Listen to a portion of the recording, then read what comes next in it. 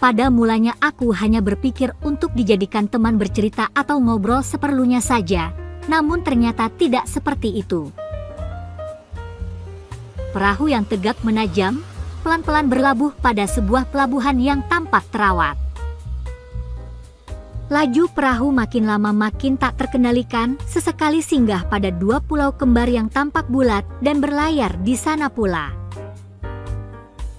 Awalnya Desi hanya diam, namun karena perahu makin kencang lajunya, dia pun hanya bisa pasrah mengikuti alurnya. Lalu bagaimana cerita selanjutnya? Inilah kisah selengkapnya.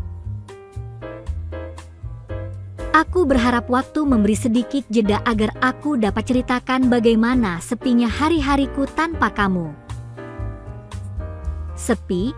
Ya, kesepian itu mulai aku rasakan sekarang. Bukan karena tak ada siapa-siapa di dekatku, tapi orang-orang yang ada di sekelilingku seakan hanya mementingkan ego masing-masing.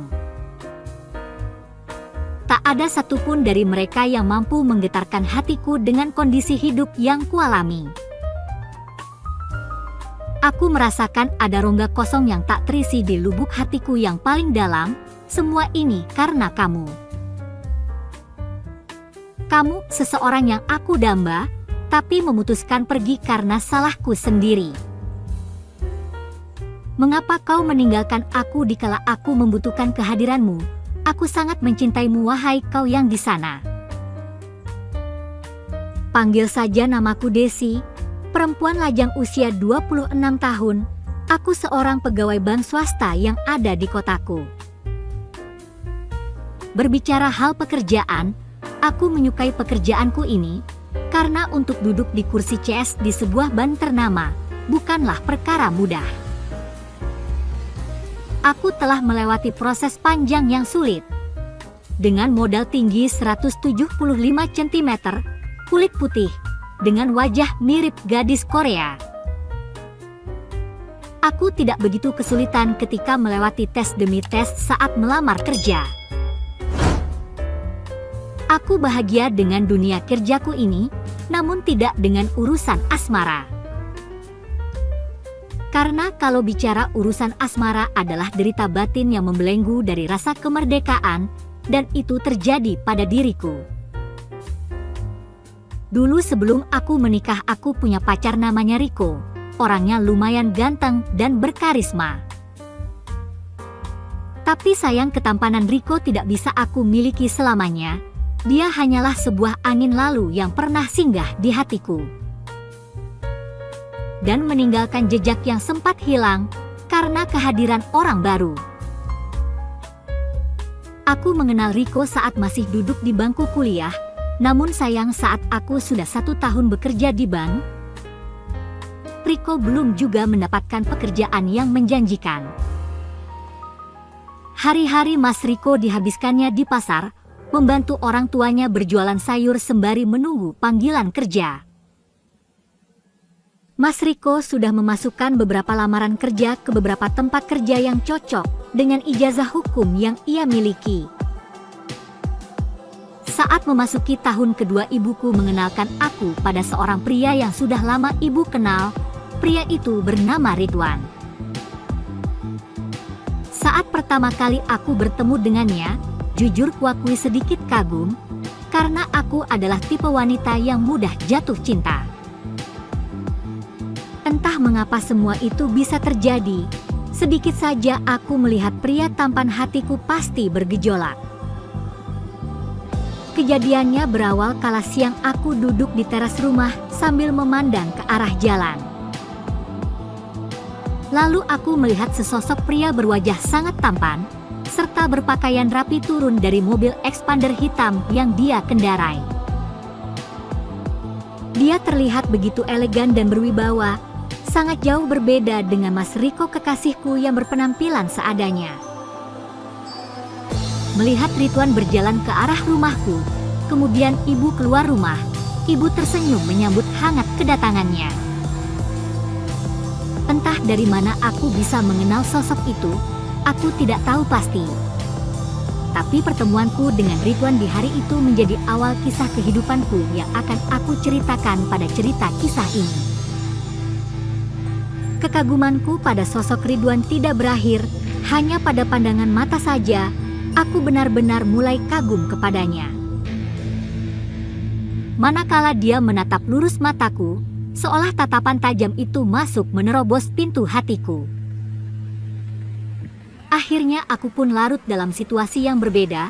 Aku mulai mencari cara dan alasan untuk menghindar dari Mas Riko pacarku. "Desi, hari ini kamu berangkat kerja jam berapa?" tanya Mas Riko lewat pesan chatnya. "Aku udah berangkat, Mas. Tadi pagi-pagi dijemput temanku," jawabku lewat pesan chat juga. "Kok kamu lama balas pesan chatku? Lagi sibuk ya?" lanjut chat Mas Riko. "Betul, Mas, aku lagi sibuk banget," pungkas chatku. Lalu bersamaan Mas Riko mengirim chatnya lagi, tiba-tiba, "Desi, nanti sore pulang kerja aku jemput lagi ya, mau nggak?" tanya Ridwan di dalam mobilnya. "Ya, kalau nggak ngerepotin boleh dong." Aku mulai memiliki rasa kepada Ridwan hingga aku mengabaikan siapa Mas Riko. Bahkan aku jadi lupa dengan kebiasaan Mas Riko, setiap hari selalu mengantar dan menjemput aku kerja. Waktu itu pulang kerja aku dijemput Ridwan, namun tidak langsung pulang, melainkan mampir dulu di resto kelas mahal. Sambil makan kami berbincang-bincang seperti orang yang sudah lama saling mengenal. Saat sedang asyik berbincang sambil menyantap makanan, tiba-tiba HP-ku berdering. Ternyata itu panggilan video call dari Mas Riko. Karena tak ingin merusak momen kebersamaanku dengan Ridwan, aku mematikan HP aku. "Loh, kok enggak diangkat? Itu siapa? Pacar kamu ya?" tanya Ridwan penasaran. "Bukan siapa-siapa, Mas. HP aku lowbat," jawabku sembari menyimpannya ke dalam tas. Setelah selesai makan, lalu Ridwan mengajakku pergi ke pusat perbelanjaan yang terlengkap di kotaku. Dia memintaku memilih apapun yang aku mau. Ridwan tidak lupa mengajak aku mengunjungi toko tas berbahan mahal. Jujur, ini pertama kaliku masuk ke toko tas termahal. Semua barang yang terpajang benar-benar membuatku terheran. Lalu aku memilih sebuah tas Hermes berwarna coklat tua dan mengantarnya ke meja kasir. Setelah menerima struk pembayaran, aku benar-benar kaget ketika melihat nominal harga tas yang ada di tanganku. "Oh my god, harga tas ini bisa menghabiskan gajiku beberapa bulan," gumamku dalam hati. Sejenak aku mendadak terdiam, lalu baru tersadar ketika Ridwan mengajakku pulang. Setibanya di rumah, aku ambil handphone yang ada di tasku lalu kuhidupkan. Setelah aktif, ternyata sudah ada tumpukan pesan dari Mas Riko pacarku. Tak lama kemudian Mas Riko menelepon dengan nada sedikit kesal. "Kamu dari mana saja sih? Kenapa nomor kamu sejak dari tadi gak aktif?" "Tadi aku jemput ke kantor, ternyata kamu juga gak ada. Kemana aja kamu itu?" Lalu aku pun menjawab dengan sedikit bernada tinggi.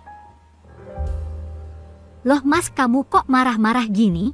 Cukup ya, aku aja yang sudah lama menunggu kepastian dari kamu, gak pernah marah-marah. Kamu baru sekali aja tidak dapat kabar dari aku, kok marah-marahnya sampai kayak gini?" "Loh, kok kamu ngomongnya jadi ke situ? Kamu bosan ya dengan statusku yang pengangguran ini? Kamu aneh deh." "Nggak biasanya kayak gini," ucap Mas Riko sedikit curiga. "Udah deh, aku capek," sahutku sembari menonaktifkan handphone aku. Sejak itu di hari-hari berikutnya aku tak lagi memberi kabar pada Mas Riko. Aku mulai merasakan kalau dia sudah tak bisa membuat aku nyaman. Semua itu karena Ridwan, orang yang sudah mampu mengalihkan perhatianku.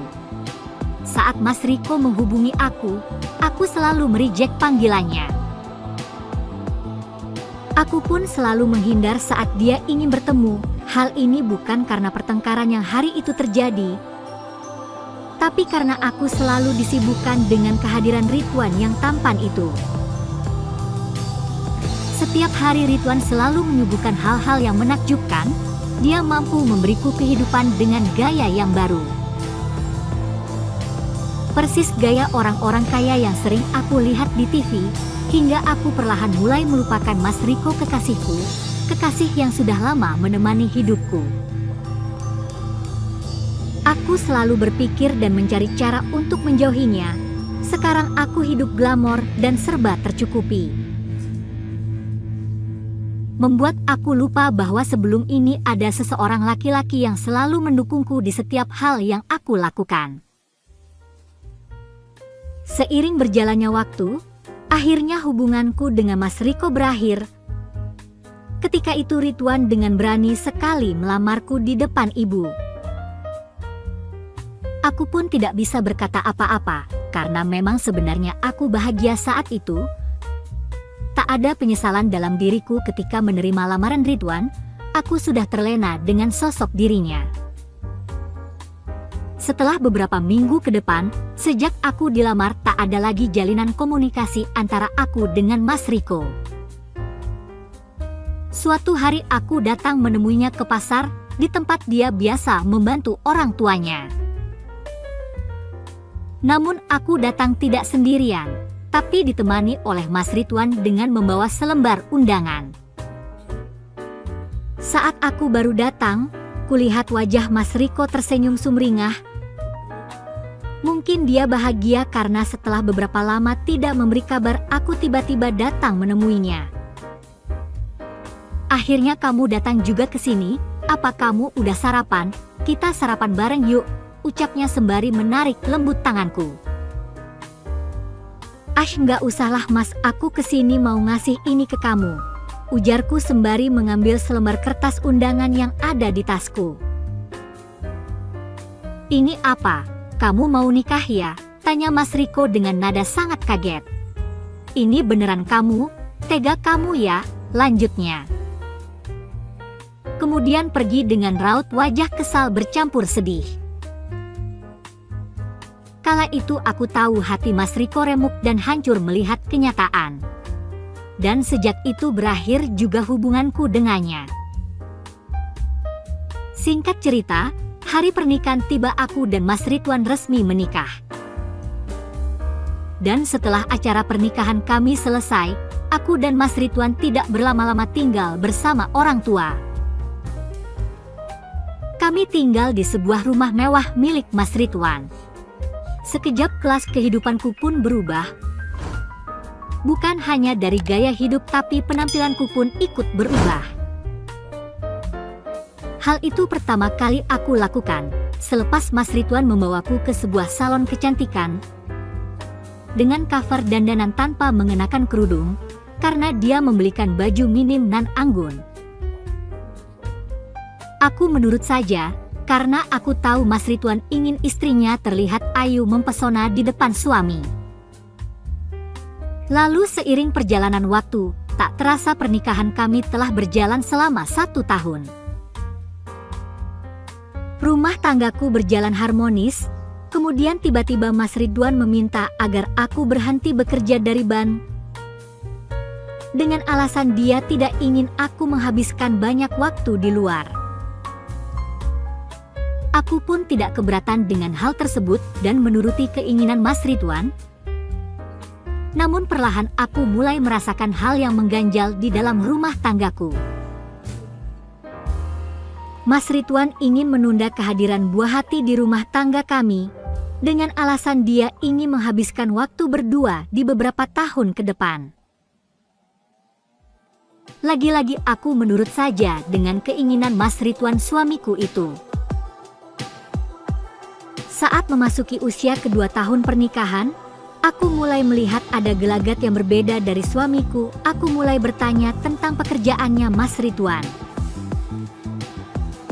Aku melihat dia lebih sering menganggur dan banyak menghabiskan waktu bersama teman-temannya. Setiap kali aku bertanya tentang pekerjaan, pasti pertengkaran selalu terjadi di antara kami. Sifat aneh Mas Ridwan mulai kelihatan. Aku kaget suatu ketika dia meminta aku berfoto tanpa menggunakan apa-apa. Alasan dia ingin menjadikan koleksi yang bisa dilihat ketika sedang bekerja. Awalnya aku menurutinya, kemudian Mas Ridwan mulai memintaku melakukan hal-hal aneh yang susah dinalar oleh akal sehat. Mas, sebenarnya untuk apa sih menyimpan foto diriku yang begituan? Tanyaku suatu malam. Sayang, aku ini suamimu loh, ya gak apa-apa tuh nyimpan koleksi foto istriku sendiri, jawabnya ketus. Iya sih, tapi nggak harus foto seperti itu Mas. Dari dulu aku selalu mengikuti keinginanmu, kamu minta aku melepas kerudung, aku turuti. Tapi kalau foto terus-terusan kayak gini aku nggak mau Mas, jawabku kecewa. Sejak saat itu Mas Ridwan jarang memberiku uang. Ketika aku meminta, mesti selalu membentak dan memarahiku. Dia menuduh seolah aku tidak mengerti keadaan suami. Lagi-lagi aku menahan derita batin dengan perlakuan Mas Ridwan. Aku hanya bisa bersabar menahan semua ini, dan aku merasa dia bukan Mas Ridwan yang dulu. Dia sudah berubah. Kejadian hari itu benar-benar membuat aku shock dan stres. Diam-diam aku sering menangis mengurung diri di kamar. Aku tidak menyangka di usia pernikahan yang baru 2 tahun, rumah tangga kami sering diwarnai pertengkaran. Aku mencoba bersabar menghadapi ini. Setelah itu aku memutuskan akan mencari pekerjaan kembali. Aku tidak boleh cengeng, aku harus kuat. Mas Ridwan sekarang sudah tidak rutin bekerja. Aku tidak ingin menanggung beban ekonomi yang lebih parah dari ini. Kok hari ini kamu menggunakan kerudung? Tanya Mas Ridwan, saat pagi hari ketika aku bersiap-siap mau melamar kerja. Iya Mas, mulai hari ini aku pakai kembali, karena mau melamar kerja. Aku mohon maaf, jangan melarangku, jawabku. Oh, jadi sekarang sudah bisa membantah perintah suami ya? Hebat bener, belajar dari mana? Tanya Mas Ridwan sembari menahan langkahku dengan kuat. Aku mencoba melawan dan berucap, udah Mas, jangan halangi keinginanku. Aku ingin bekerja demi memperbaiki ekonomi di rumah ini. Mas, setiap hari kan hanya kumpul bareng teman-teman Mas. Mas gak mikir keuangan kita akhir-akhir ini mulai menipis, lanjutku. Oke. Ya sudah, mulai hari ini aku akan kembali bekerja seperti biasa, asal kamu selalu berada di rumah, ucap Mas Ridwan. Mas Ridwan, kamu janji? Iya, aku janji akan bekerja lebih rajin lagi sayang, pungkasnya. Akhirnya rumah tangga kami kembali harmonis. Aku melihat Mas Ridwan setiap hari selalu berangkat kerja lebih awal daripada biasanya. Perlahan aku mulai merasa nyaman kembali dengan kehidupan rumah tangga kami. Namun sayang, keharmonisan itu hanya bertahan tidak sampai 1 tahun. Suatu ketika Mas Ridwan diturunkan jabatannya oleh bos perusahaannya karena sering izin tidak masuk kerja. Terpaksa kami hidup pas-pasan karena gaji hanya cukup untuk memenuhi kebutuhan sehari-hari. Tapi sebagai istri yang baik, aku mencoba mengerti dengan kondisi suamiku.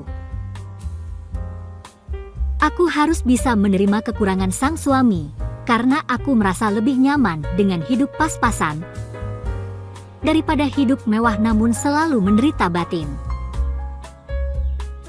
Setiap hari pulang kerja selalu lebih lama dari biasanya, maklum sudah turun jabatan.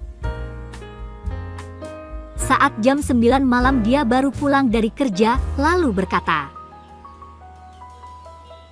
Mulai besok Mas Ridwan meminta agar aku mengantar makan siang ke kantornya, dengan alasan untuk berhemat daripada setiap hari membayar makan di kantin. Saat berada di kantor Mas Ridwan, tiba-tiba aku dikagetkan oleh seorang laki-laki tua yang ketika itu tidak sengaja berpapasan denganku di pintu utama kantor. Lelaki tua itu melirikku dengan tatapan serius dan bertanya, "Maaf, ada perlu apa Mbak dan mau cari siapa?" "Ini, aku mau mengantar makanan siang untuk suamiku Mas Ridwan," jawabku. "Oh, jadi kamu istrinya Ridwan?" jawabnya. "Wah, gak nyangka ya karyawanku memiliki istri secantik kamu," ujarnya sembari menyalami tanganku. Aku hanya diam tersipu mendengar pujian darinya, lalu dia mempersilahkan aku masuk menemui Mas Ridwan. Saat berada di ruangan, Mas Ridwan bilang kalau lelaki yang menyapa aku tadi direktur utama perusahaan tempat dia bekerja. Setelah itu aku langsung pamit pulang ke rumah.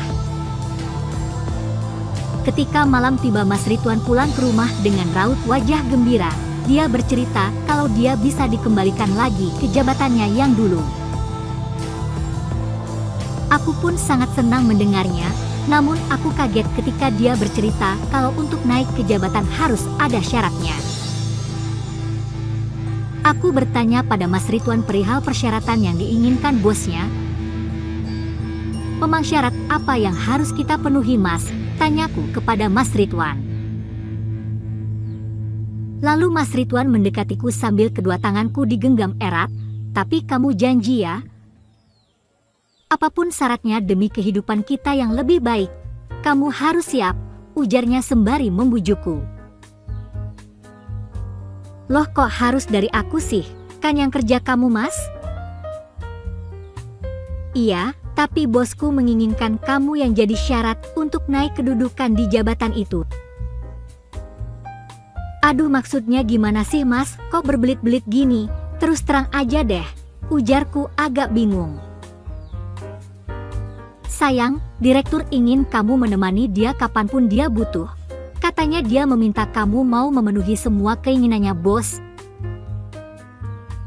dan melakukan apapun yang dia minta. Kamu mau ya sayang? Ini semua demi kehidupan kita yang lebih baik." "Apa Mas maksud kamu? Menjual mahkota demi jabatan gitu? Apa-apaan sih kamu Mas? Kamu udah kelainan ya?" "Ya gak gitu juga sih, tapi mau bagaimana lagi?" kata Mas Ridwan maksa. "Maaf Mas, aku gak mau," jawabku tegas. "Desi, tolonglah sekali saja. Pokoknya aku gak mau, aku lebih baik hidup sengsara dan miskin daripada hidup kaya tapi kehormatanku aku godaikan kepada orang lain yang bukan suamiku," jawabku menunduk dan menangis. Setelah aku menolak permintaan Mas Ridwan, keadaan rumah tangga kami makin tidak karuan. Sering terjadi cekcok, apalagi ketika aku membahas masalah keuangan. Bahkan Mas Ridwan pernah mengancam akan menceraikan dan menyerahkan mahkota ini kepada bosnya secara paksa jika terus hidup seperti ini. Akhirnya aku menjalani hari-hari penuh dengan delima dan tekanan batin. Karena aku sudah bosan dengan keadaan rumah yang kayak gini. Dan setiap hari aku menderita batin, akhirnya aku mencoba mau mengerti keinginan Mas Ridwan. Malam itu ketika Mas Ridwan pulang dari kantor, "Mas, aku mau bicara sama kamu." "Mau ngomong apa lagi? Udah aku capek, pasti mau membahas uang dan uang lagi, iya kan?" sahutnya. "Bukan Mas, aku siap kok menuruti keinginan bos Mas. Tapi sekali saja ya." "Benar sayang, kamu gak lagi bercanda kan?" tanya suamiku. "Iya Mas, aku serius, karena aku gak mau hidup jadi jande. Aku takut jika nanti kamu serius mau ceraikan aku." Oke, Sekarang gini, handphone kamu mana? Ini nomor HP bos. Aku mau kamu yang hubungin dia sekarang, dan kamu langsung bicarakan. Suruh naikkan jabatan aku mulai besok hari, aku sudah gak tahan bekerja seperti ini. Desi. Tak lama, aku menghubungi nomor yang diberikan Mas Ridwan kepadaku, lalu bosnya Mas Ridwan memintaku untuk datang ke sebuah bangunan bertingkat mewah. Awalnya aku berpikir hanya akan dijadikan teman untuk bercerita atau membantunya, namun ternyata tidak. Bos Mas Ridwan minta hal yang lebih pribadi, dan dia memintaku mengikuti semua perintahnya. Dengan penuh derita aku pun terpaksa mengikuti semuanya. Perahu kebanggaan bos berulang kali berlabuh pada pelabuhan yang tampak terawat. Desi hanya diam saking patuhnya pada suami. Sesekali Desi merengek dengan suara yang gak jelas saat laju perahu makin kencang. Bosnya Ridwan memang hebat, dia juga pintar saat mendarat dan bergerilya pada dua anugerah pesona alam yang tampak indah. Dengan jiwa dan hati yang menangis sedih, keesokan harinya Desi pulang ke rumah. Dia mengeluh dengan apa yang dialami, diperlacukan layaknya barang baruan. Aku tak bisa mengelak, dan aku hanya mampu memasang diriku demi sebuah jabatan untuk suamiku. Aku benar-benar menyesal, lalu aku pulang dan mengadukan semua hal ini pada ibuku.